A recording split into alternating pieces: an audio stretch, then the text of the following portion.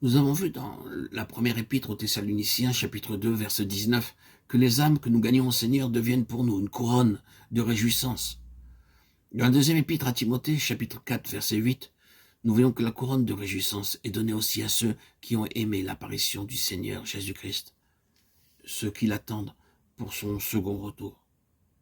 Dans Jean 19, 2, les soldats mirent une couronne d'épines sur la tête de Jésus. En agissant de la sorte, il n'y eut pas de couronne d'épines pour nous, mais nous devons accepter de souffrir l'opprobre pour le Seigneur Jésus-Christ sur terre et ne jamais être honteux de faire ce que Dieu nous dit.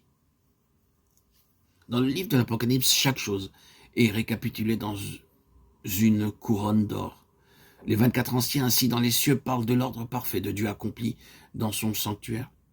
Ceux qui suivent fidèlement le plan de Dieu seront un jour assis avec lui sur son trône.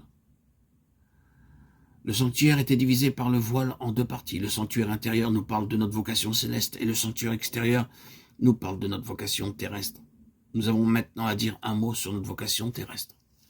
Nous avons vu que chaque planche avait 10 coudées de longueur. Le numéro 10 dans la Bible est le nombre de la maturité. La maturité spirituelle est la responsabilité atteinte au travers de tests et d'épreuves. Ce sont ceux qui sortent triomphants de ces 10 jours de tribulation qui recevront la couronne de vie. Apocalypse 2.10. Lorsque vous êtes préparé à traverser épreuves, tribulations, sans retourner en arrière, alors vous êtes préparé pour la couronne. La maturité spirituelle ne vient pas par le savoir intellectuel. Vous pouvez avoir beaucoup de véritables connaissances, mais c'est seulement après des privations, épreuves et tribulations que nous devenons spirituellement mûrs, et votre vie sur terre est votre terrain d'entraînement. Dans le livre de la Genèse, nous voyons comment Jacob dut traverser une épreuve de 20 années dans la maison de son beau-père. Celui-ci avait pensé le décourager, mais Jacob sortit triomphant.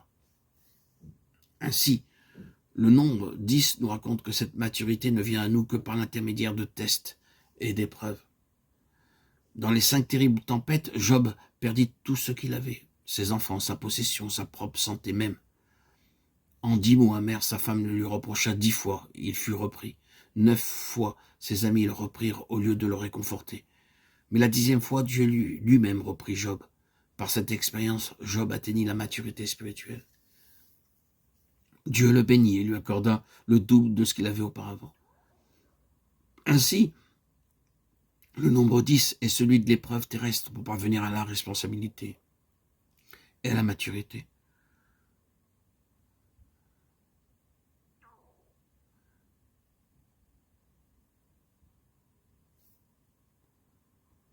La théorie ne qualifie pas, mais l'expérience qualifie.